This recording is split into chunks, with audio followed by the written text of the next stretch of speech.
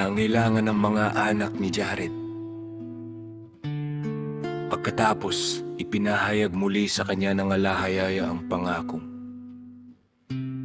Kanyang ginawa kay Adan, ipinaliwanag niya sa kanya ang fitpipuhum at taon at inihayag sa kanya ang hiwaga ng kanyang pagparito sa lupa. At sinabi ng alahaya kay Jared, tungkol sa apoy na iyong kinuha mula sa dambana upang paningasan ng ilawan. Manatili ito sa inyo upang magbigay liwanag sa mga katawan. At huwag itong lumabas sa kuweba hanggang sa lumabas doon ang katawan ni Adan. Ngunit, o Jared, ingatan mo ang apoy upang ito'y magliyab na maliwanag sa ilawan at huwag ka na muling lumabas sa kuweba hanggang sa ikaw ay magtanggap ng isang utos sa pamamagitan ng isang pangitain at hindi sa isang pagpapakita kapag ito'y nakita mo. Pagkatapos, ataasan mo muli ang iyong bayan na huwag makisalamuha sa mga anak ni Cain at huwag matutunan ang kanilang mga gawi.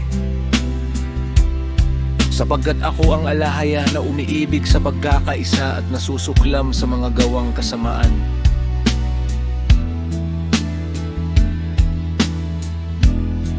Nagbigay din ng marami pang ibang mga utos ang alahaya kay Jared at pinagpala siya. At pagkatapos, iniurong niya ang kanyang salita mula sa kanya.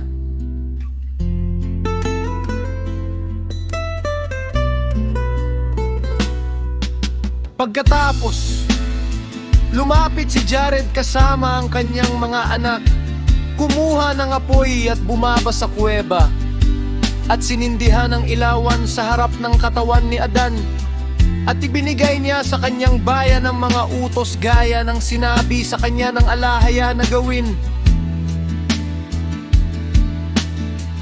Ang tandang ito ay nangyari kay Jared sa katapusan ng kanyang 450 taon.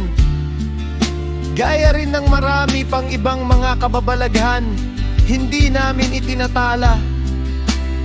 Ngunit ito lamang ang isinasaisip namin para sa kaiklian at upang hindi pahabain ang aming salaysay.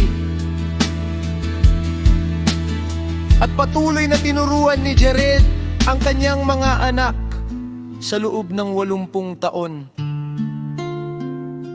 Ngunit pagkatapos noon, nagsimula silang lumabag sa mga utos na kanyang ibinigay sa kanila at gumawa ng maraming bagay nang walang pagsang-ayon niya.